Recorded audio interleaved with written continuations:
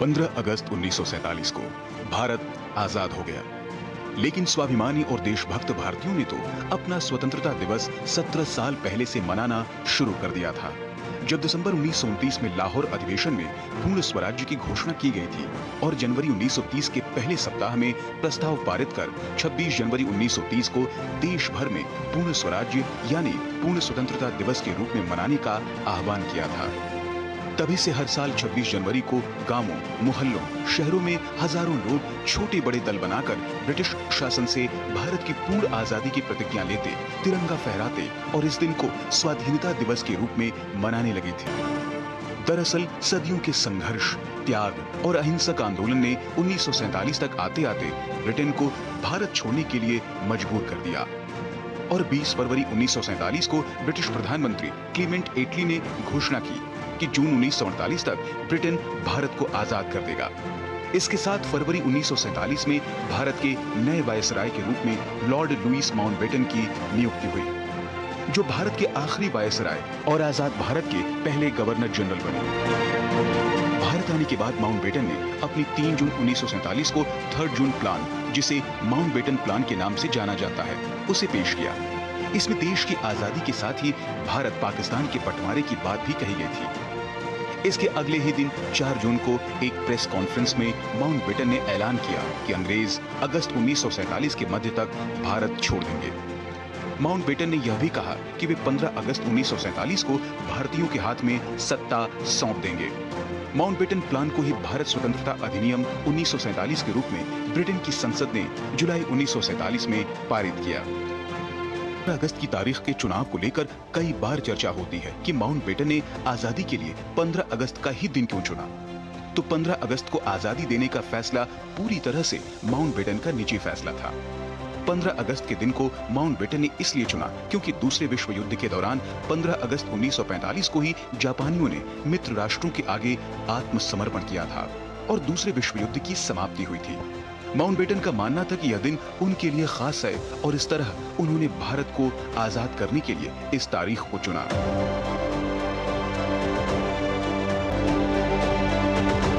जब भारत की आजादी का दिन 15 अगस्त 1947 तय हो गया, तब यह खबर रेडियो पर प्रसारित की गई। जैसे ही यह खबर रेडियो पर प्रसारित हुई तो एक तरफ जहां पूरे देश में खुशी की लहर दौड़ गई, वहीं दूसरी तरफ ज्योतिषियों ने इसका भारी विरोध किया। उनका मानना था कि ज्योतिष गणना के मुताबिक यह दिन अशुभ और अमंगलकारी था।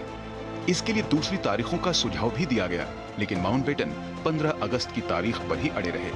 इन सब के बीच ज्योतिषियों ने बीच का रास्ता निकालते हुए 14-15 अगस्त की मध्य रात्रि का समय तय किया, क्योंकि अंग्रेजी परंपरा के मुताबिक रात 12 बजे के बाद अगला दिन शुरू होता है। वहीं हिंदी गणना के अनुसार नए दिन की शुरुआत सूर्योदय के साथ होता है। ऐसे में आजादी के जश्न के लिए अभिजीत मुहूर्त को चुना गया, जो रात 11:51 से शुरू होकर 12:39 तक रहने वाला था।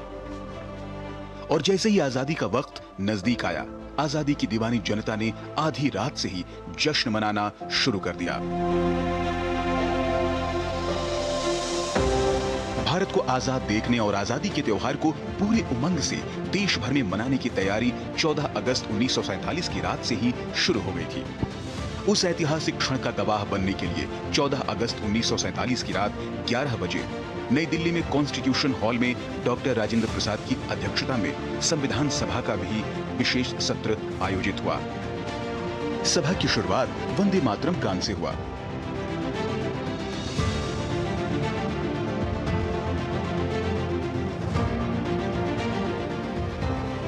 चौदह और 15 अगस्त की रात को ठीक 12 बजे, जब देश आजाद हो रहा था, संविधान सभा के सदस्यों ने आजाद भारत की सेवा और रक्षा के लिए एक प्रतिज्ञा की।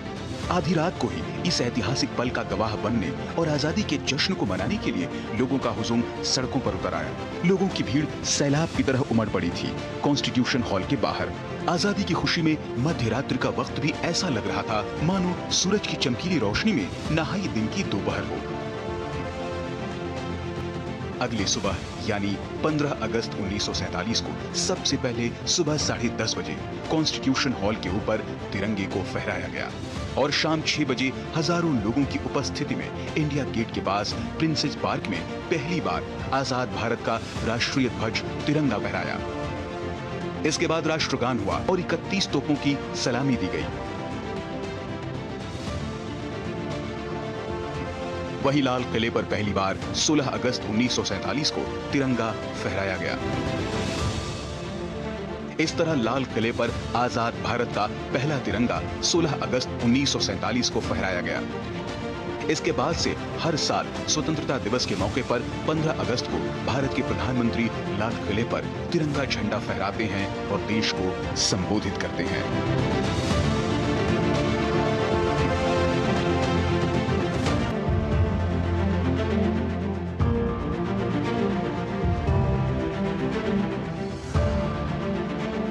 जिस झंडे के नीचे आज हम अपने आजाद भारत को देखते हैं और जिसको हम स्वतंत्र भारत के ऊपर लहराते हैं, वह मात्र 3 रंगों के कपड़े का एक टुकड़ा भर नहीं है, बल्कि यह हमारी गौरवशाली परंपरा, स्वाभिमान और अस्मिता की।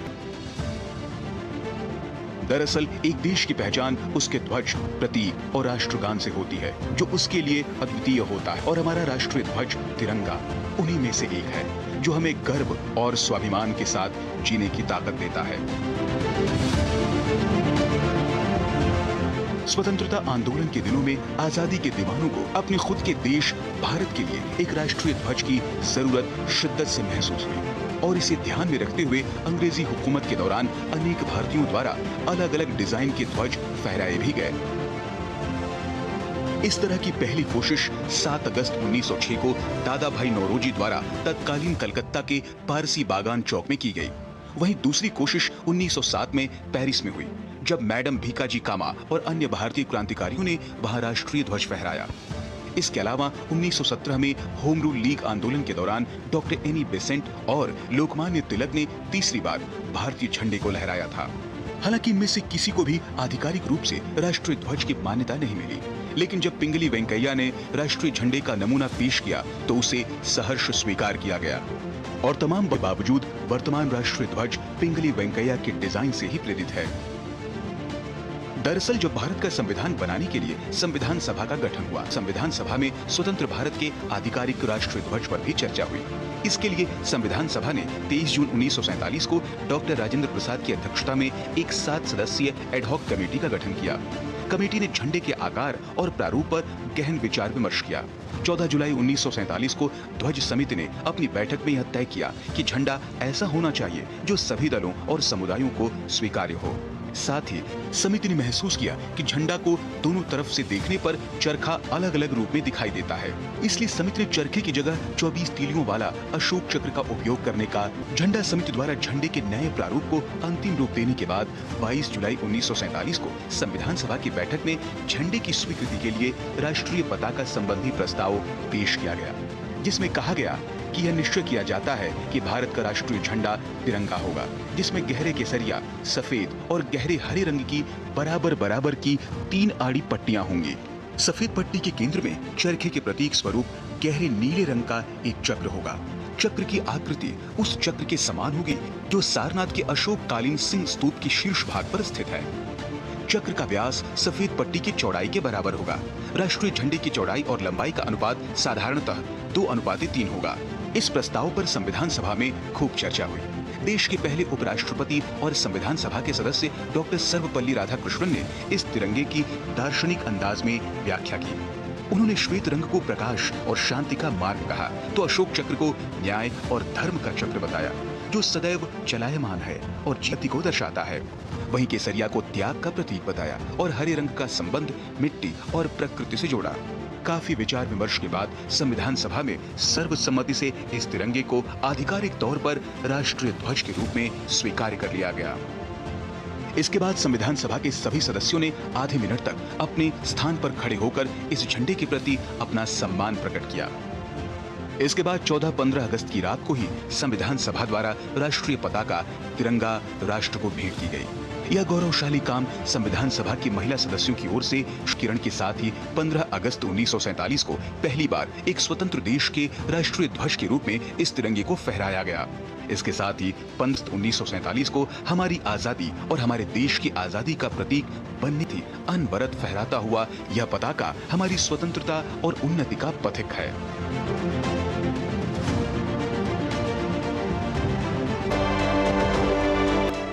साल 2002 से पहले राष्ट्रीय ध्वज को फहराने की अनुमति आम लोगों को नहीं थी, लेकिन 2002 में भारतीय ध्वज संहिता में संशोधन के बाद भारत के आम लोगों को भी तिरंगा फहराने की अनुमति मिल गई। हालांकि राष्ट्रीय ध्वज के उपयोग और उसे फहराने को लेकर कुछ नियम बनाए गए हैं, जिसे तिरंगे को फहराते समय ध्यान में रखना बहुत जरूरी है, ताकि तिरंगे की शान में कोई कमी न आने। सुविधा के लिहाज से भारतीय राष्ट्रीय ध्वज संहिता को 3 भागों में बांटा गया है। संहिता के पहले भाग में राष्ट्रीय ध्वज का सामान्य विवरण है, वहीं इसके दूसरे भाग में जनता, संगठनों, शैक्षिक संस्थानों आदि के सदस्यों द्वारा राष्ट्रीय ध्वज के प्रदर्शन के विषय में बताया गया है। संहिता के तीसरे भाग में केंद्रीय और राज्य सरकारों और उनके संगठनों और अभिकरणों द्वारा राष्ट्रीय ध्वज के प्रदर्शन के विषय में जानकारी दी गई है।